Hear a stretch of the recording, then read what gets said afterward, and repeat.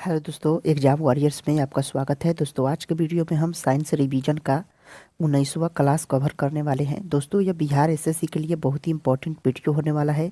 इस वीडियो में हम सारे प्रश्न वन लाइनर के फॉर्मेट में कम समय में ज़्यादा प्रश्नों को कवर करने वाले हैं, तो वीडियो के लास्ट तक बने रहिए। तो चलिए वीडियो को शुरू करते हैं। बर्नौली प्रमेय किसके संरक्षण पर आधारित है? यह ऊर्जा के संरक्षण पर आधारित होता है, बर्नौली प्रमेय। अगला है, मनुष्य के शरीर का सामान्य तापमान कितना होता है? तो फ़ारेनहाइट में 98.6 डिग्री होता है, सेल्सियस में 37 डिग्री होता है, केल्विन में 300 डिग्री होता है मनुष्य के शरीर का सामान्य तापमान। एलपीजी गैस में मुख्यतः उपस्थित रहता है, ब्यूटेन उपस्थित रहता है मुख्य रूप से एलपीजी में। अगला है, रडार निकाय में किन तरंगों का उपयोग होता है? विद्युत चुंबकीय तरंग का उपयोग किया जाता है रडार निकाय में। अगला है, कंप्यूटर के इलेक्ट्रॉनिक चिप्स बनाने में किसका प्रयोग होता है? तो सिलिकॉन का प्रयोग किया जाता है कंप्यूटर के इलेक्ट्रॉनिक चिप्स बनाने में। भूकंप तरंगों का रिकॉर्ड किस यंत्र के द्वारा किया जाता है? तो सीस्मोग्राफ के द्वारा भूकंप तरंगों का रिकॉर्ड किया जाता है सीस्मोग्राफ से। अगला है, एक लैंप की बत्ती में तेल ऊपर चढ़ता है किसके कारण? तो केशिकत्व क्रिया के द्वारा ही एक लैंप की बत्ती में तेल ऊपर चढ़ता है, केशिकत्व यानी कैपिलरिटी के कारण। पॉलिथीन बनाने में किस गैस का प्रयोग किया जाता है? तो एथिलीन का प्रयोग किया जाता है। मानव आराम के लिए सर्वाधिक उपयुक्त तापमान कितना होता है? तो 18 डिग्री सेल्सियस से 22.5 डिग्री सेल्सियस तक मानव आराम के लिए सर्वाधिक उपयुक्त ताप होता है। अगला है, ग्रहों के गति का नियम का निरूपण किन्होंने किया है? तो जॉन्स केपलर ने किया है ग्रहों के गति के नियम का निरूपण। लाल रंग के गुलाब को हरे रंग में देखने पर वह कैसा दिखाई देता है? तो वह काला दिखाई देता है। अगला है, जब दो समांतर दर्पण के बीच कोई वस्तु रखा जाता है तो उसके कितने प्रतिबिंब बनते हैं? तो असंख्य अनंत प्रतिबिंब बनते हैं दो समांतर दर्पण के बीच वस्तु को रखा जाता है तब। अगला है, पाश्चुरीकरण क्रिया से दूध कितने डिग्री पर गर्म करके सुरक्षित रखा जाता है? तो 62 डिग्री सेल्सियस पर ही गर्म करके अचानक से ठंडा करके सुरक्षित रखा जाता है। एल्यूमिनियम धातु का मुख्य अयस्क क्या है? बॉक्साइड होता है। नाभिकीय रिएक्टर में मंदक के रूप में किन किन का प्रयोग किया जाता है? तो भारी जल का, ग्रेफाइट का और बोरिलियम का प्रयोग किया जाता है। अगला है, गैल्वेनाइज्ड लोहे के चादर किस वस्तु की परत के कारण जंग खाने से बचती है? तो जिंक के परत के कारण ही गैल्वेनाइज्ड हो जाता है लोहे का चादर, जिससे यह जंग नहीं लग पाता है। अगला है, Shah institute of nuclear physics कहाँ है? यह कोलकाता में है, Shah institute of nuclear physics. Sunny के रिंग्स के खोज का श्रेय किसे है? गैलीलियो को है। सनी के रिंग्स के खोज का श्रेय गैलीलियो के है। परमाणु बम में ईंधन के रूप में किन दो पदार्थों का प्रयोग किया जाता है? तो यूरेनियम 235 और प्लूटोनियम 239 का प्रयोग किया जाता है परमाणु बम में ईंधन के रूप में। अगला है, प्रतिरोध का एसआई मात्रक क्या होता है? ओम होता है प्रतिरोध का एसआई मात्रक। पारा कितने डिग्री सेल्सियस पर जम जाता है? तो -39 डिग्री सेल्सियस पर जमता है पारा।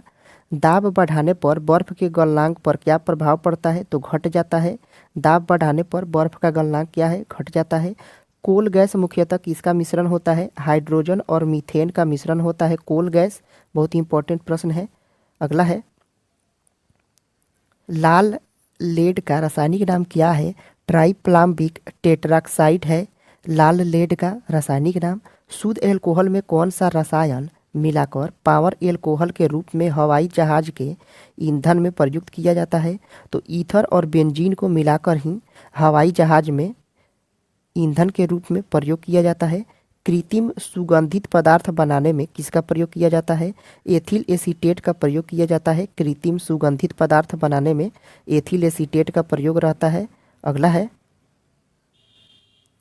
फलों के रसों को सुरक्षित रखने के लिए किस अम्ल का प्रयोग किया जाता है? फॉर्मिक अम्ल का प्रयोग किया जाता है फलों के रसों को सुरक्षित रखने के लिए। किस गैस का प्रयोग शल्य क्रिया व जीवाणुनाशक के रूप में किया जाता है? क्लोरोफॉर्म का प्रयोग किया जाता है शल्य क्रिया और जीवाणुनाशक के रूप में। रक्त के प्रवाह को रोकने के लिए किन का प्रयोग किया जाता है? फेरिक क्लोराइड का प्रयोग किया जाता है रक्त के प्रवाह को रोकने के लिए। अगला है, वेल्डिंग करने में किन किन गैसों का मिश्रण प्रयोग किया जाता है? ऑक्सीजन और एसिटिलीन के मिश्रण का प्रयोग किया जाता है। ये भी इंपॉर्टेंट प्रश्न है। वेल्डिंग में ऑक्सीजन और एसिटिलीन का प्रयोग होता है। हाइड्रोजन गैस का आविष्कार किन्होंने किया है? हेनरी कैवेंडिश ने किया है। हाइड्रोजन गैस का आविष्कार हेनरी कैवेंडिश ने किया है। वैज्ञानिक एवं औद्योगिक अनुसंधान के लिए भारत में दिया जाने वाला पुरस्कार कौन सा है? शांति स्वरूप भटनागर पुरस्कार दिया जाता है वैज्ञानिक और औद्योगिक अनुसंधान के लिए। अगला है,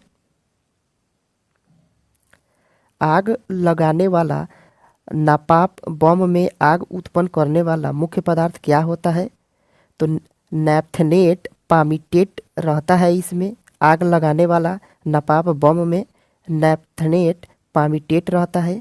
वायुयान के टायरों में हवा भरने में किस गैस का प्रयोग किया जाता है?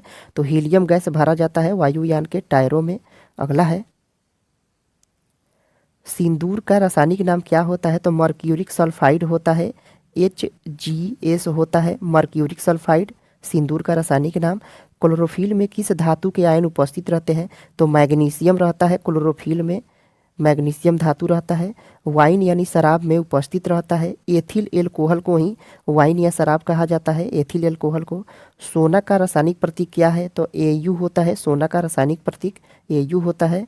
अगला है, रासायनिक दृष्टि से चीनी क्या है? यह सुक्रोज होता है रासायनिक दृष्टि से। बर्फ के साथ नमक को मिलाने पर इसके गलनांक पर क्या प्रभाव पड़ता है? तो इसका गलनांक कम हो जाता है। बर्फ के साथ नमक को मिलाने पर गलनांक कम हो जाता है। भार के अनुपात में जल में हाइड्रोजन और ऑक्सीजन का अनुपात क्या होगा? 1:8 होता है। जल में हाइड्रोजन और ऑक्सीजन का अनुपात 1:8 होता है। दांतों व हड्डियों में उपस्थित रहता है। कैल्शियम फॉस्फेट उपस्थित रहता है दांतों व हड्डियों में। अगला है, चमकीले विद्युत विज्ञापनों में किस गैस का प्रयोग किया जाता है? तो नियोन का प्रयोग किया जाता है। सिक्का किस धातु का बना होता है? तो तांबा 88% और तीन 12% रहता है सिक्का में। सौर सेलों के निर्माण में प्रयुक्त होता है तो सीजियम का प्रयोग किया जाता है सौर सेलों के निर्माण में। लोहे के चादरों पर जस्ते की परत चढ़ाने की क्रिया को क्या कहते हैं? तो गैल्वेनीकरण कहा जाता है। इसमें जस्ता परत चढ़ाया जाता है लोहे के चादरों पर। अगला है, जर्मन सिल्वर किसका मिश्रण होता है? यह जस्ता और निकेल का मिश्रण होता है जर्मन सिल्वर। गन्ने की चीनी किनके सहयोग से बनी होती है? यह ग्लूकोज और फ्रुक्टोज के सहयोग से बनी होती है गन्ने की चीनी। किस पदार्थ का प्रयोग मशीन में संनेहक लुब्रिकेंट के रूप में किया जाता है? तो ग्रेफाइट का प्रयोग किया जाता है मशीनों में संनेहक के रूप में। अगला है, किस खनिज को बेवकूफ़ों का सोना फूल्स गोल्ड के नाम से जाना जाता है? तो आयरन पाइराइट और आयरन सल्फाइड को बेवकूफ़ों का सोना कहा जाता है। आयरन पाइराइट और आयरन सल्फाइड को।